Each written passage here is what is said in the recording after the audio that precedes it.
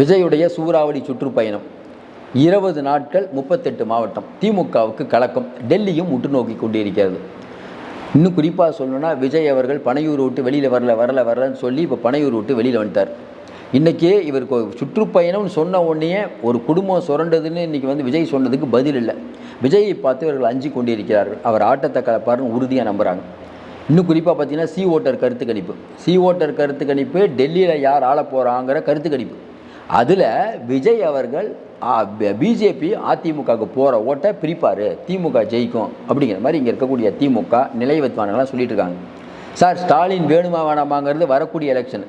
C voter எடுத்த கருத்து கணிப்பு அது இல்லை. இதே தெரியாமல் சில பேர் சொல்லிகிட்டு இருக்காங்க. ஒன்று, இதே சி ஓட்டர் கருத்து கணிப்பு 2014 எடுக்கும்போது டிஎம்டிகே, தேமுதிக, பாட்டாளி மக்கள் கட்சி, பிஜேபி இவங்கெல்லாம் சேர்ந்து 5 சீட்டு வாங்குவாங்கன்னு சொன்னாங்க. 5 சீட் வாங்கினாங்களா? ஜெயலலிதாமா ஃபுல் ஸ்வீப் அடித்தாங்க. அதனால் சி ஓட்டர் கருத்து கணிப்பு அப்படியே உண்மை அப்படின்னு இவங்க நினச்சிட்டு இருந்தால் இவங்களுக்கு தெரியும், திமுக இன்றைக்கி நல்லா தெரியும், விஜய் தங்களுடைய ஆட்டத்தை கெடுக்கிறார். இப்போ இன்னும் கிரவுண்டில் இறங்கி ஒவ்வொரு பிரச்சனையும் அவர் பேச ஆரம்பித்தார்னா நல்லா யோசனை பாருங்கள். அன்றைக்கி மேடையில் சரியாக அவர் பேசாமல் இருக்கலாம். கீழே இறங்கும்போது கல்லீரல் பிரச்சனையாகட்டும், ஏற்கனவே கிட்னி முறைகேடாகட்டும், தூய்மை பணியாளர்களாகட்டும், பெண்களுக்கு எதிராக நடக்கக்கூடிய குற்றங்களாகட்டும், அரசு ஊழியர்களை நீங்கள் ஏமாத்தினதாகட்டும், சத்துணவு ஊழியர்களை நீங்கள் ஏமாத்தினதாகட்டும், ஆவண கொலைக்கு நீங்கள் தனிச்சட்டம் இயற்றாமல் ஏமாத்தினதாகட்டும், பட்டியலின வேங்கை வயலிருந்து பல ஏரியாக்கள் பட்டியலின மக்களுக்கு எதிரான கொடுமைகளாகட்டும், இவ்வளத்தையும் கிரவுண்டில் இறங்கி பேசுகிறார்.